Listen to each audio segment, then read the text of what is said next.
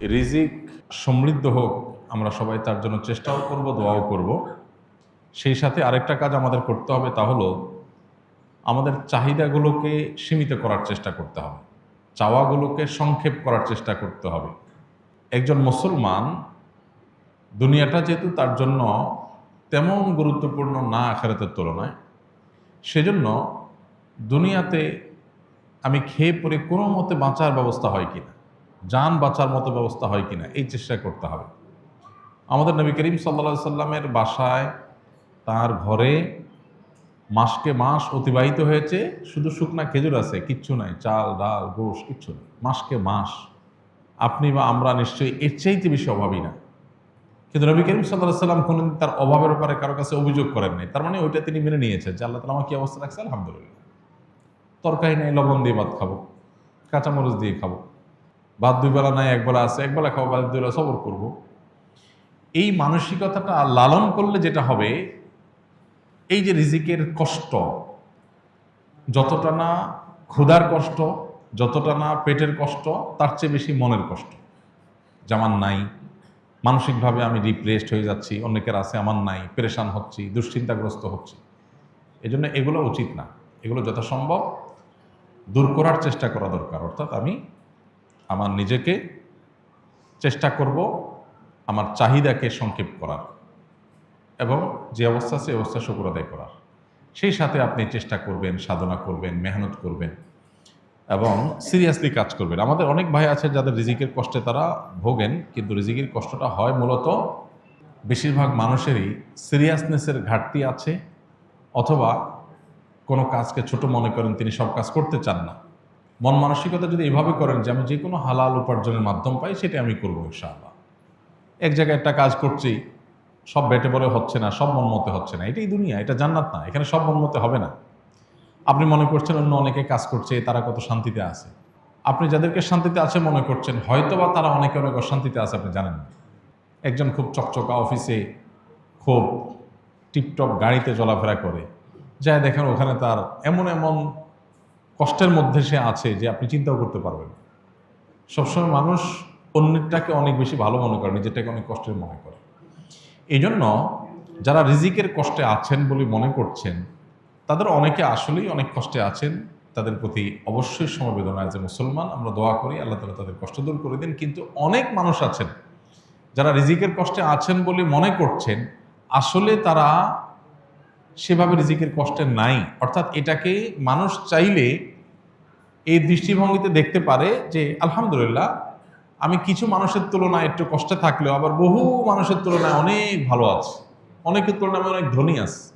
যেমন মিডল ইস্টের লোকজন, তারা বেশিরভাগ মানুষই বোতলের পানি খায় অভ্যাস, ছোটো ছোটো বোতলের পানি খায়।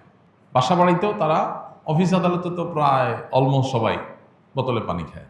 তাদের অনেক টাকা পয়সা, তারা আমাদের চাইতে অনেক বেশি ধনী দেশ, ধনী সমাজ, সেই হিসাবে তারা বোতলের পানি খায়, এটা তাদের জন্য একটা নর্মাল ব্যাপার। এখন একজন আরাবিয়ান, সে মনে করেন এক কার্টন পানিতে ধরেন 20-40 বোতল পানি থাকে ছোট ছোট, সে এইভাবে পানি কিনে খাওয়ার সামর্থ্য তার নাই।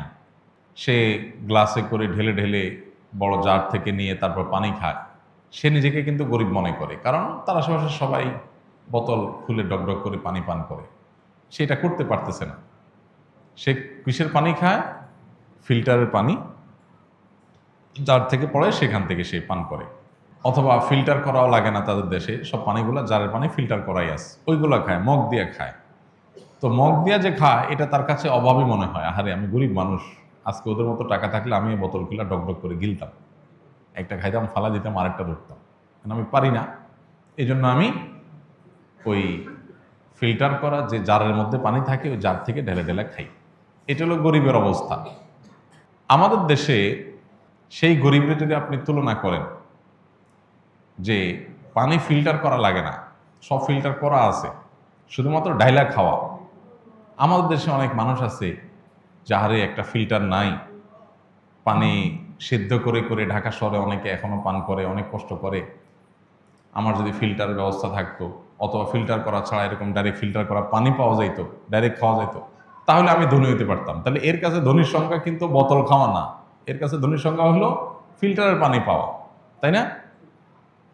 আবার আমরা যেরকম সুন্দর পানি পাই, আফ্রিকার অনেক দেশের অনেক অঞ্চলে মানুষ আছে, তারা যদি জিজ্ঞাসা করেন যে তুমি কেমন আছো ভাই, তো বলবে যে হায় হায়, একটু স্বচ্ছ পরিষ্কার পানি নাই, এই ময়লা সয়লা যা যখন পাই তাই খাইতে হয়, একটু পরিষ্কার পানি পাইতাম, ফিল্টার না হোক একটু পরিষ্কার পানি পাইতাম।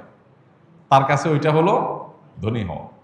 তাহলে পৃথিবীতে সবাই ধনী সবাই গরিব, সবাই ধনী সবাই গরিব, এটা তুলনামূলক ব্যাপার। আমি যখন আমার চাইতে উপরের দিকে তাকাবো তখন মনে হবে আমি গরিব, আবার যখন আমি আমার নিচের দিকে তাকাবো তখন মনে হবে আমি ধনী।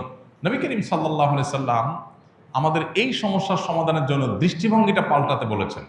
অর্থাৎ তিনি বলেছেন যে তোমরা দুনিয়ার ক্ষেত্রে তোমাদের চাইতে যারা উপরে আছে তাদের দিকে না চেয়ে যারা তোমাদের চাইতে নিচে আছে, কষ্টে আছে, তাদের দিকে তাকাও। তাদের দিকে তাকালে তোমার কাছে মনে হবে আলহামদুলিল্লাহ আমি তো অনেক ধনী, আমি তো ময়লা পানি খাওয়া লাগে না, আমি তো আলহামদুলিল্লাহ স্বচ্ছ পানি পাই, একটু ফিল্টার করে খেতে পারি।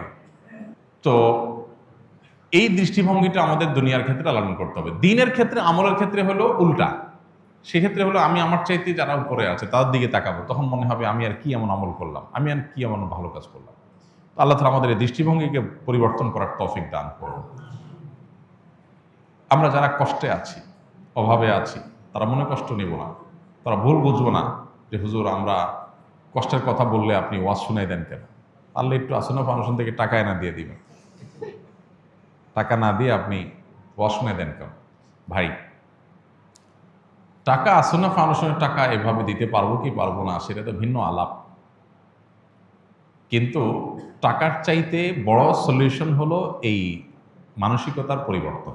এটা হলো আসল ট্রিটমেন্ট, স্থায়ী ট্রিটমেন্ট। টাকা আজকে দিলাম আপনাকে আমি বা অন্য কেউ দিল, আপনার সমাধান হলো সমাধান, আবার সমস্যা আসবে, আবার সমস্যা হবে। মানসিকতা যদি পরিবর্তন করে নেন দেখবেন যে আপনার ট্রিটমেন্ট নিজেরটা নিজে করতে পারবে। বেশিরভাগ ক্ষেত্রেই মানসিকতা পরিবর্তন করে আমাদের অভাবে আসি যে এই মানসিকতাই দূর করা সম্ভব। আমি অভাবে নাই, আমি অভাবে নাই আলহামদুলিল্লাহ, বহু মানুষের তুলনায় আমি ভালো আছি আল্লাহ শুকর। তাহলে আপনার মানসিকভাবে যে কষ্টটা এটাই দূর হয়ে যাবে। বাকি কষ্ট যেটা আছে সেটা দূরের জন্য সিরিয়াসনেস, আল্লাহর কাছে দোয়া, সঠিকভাবে চেষ্টা করা, বুঝে শুনে পা ফেলা, বুদ্ধিমান অভিজ্ঞতার সাথে পরামর্শ করে করে ইনিশিয়েটিভগুলো নেওয়া, ইনশাআল্লাহ এগুলোর মাধ্যমে বেশিরভাগ দারিদ্র্যের মোকাবেলা করা সম্ভব ইনশাআল্লাহ। আমরা দোয়া করি আমাদের এই ভাইয়ের জন্য, ওসমান গরের জন্য, আল্লাহ তাআলা তাকে হালাল রিজিকের, বরকতময় রিজিকের ব্যবস্থা করে দিন। আর অনেক ভাই অনেক কষ্টে আছেন রিজিকের, আল্লাহ তাআলা সবার জন্য ব্যবস্থা করে দিন। আস-সুন্নাহ ফাউন্ডেশন, উম্মার স্বার্থে সুন্নাহর সাথে।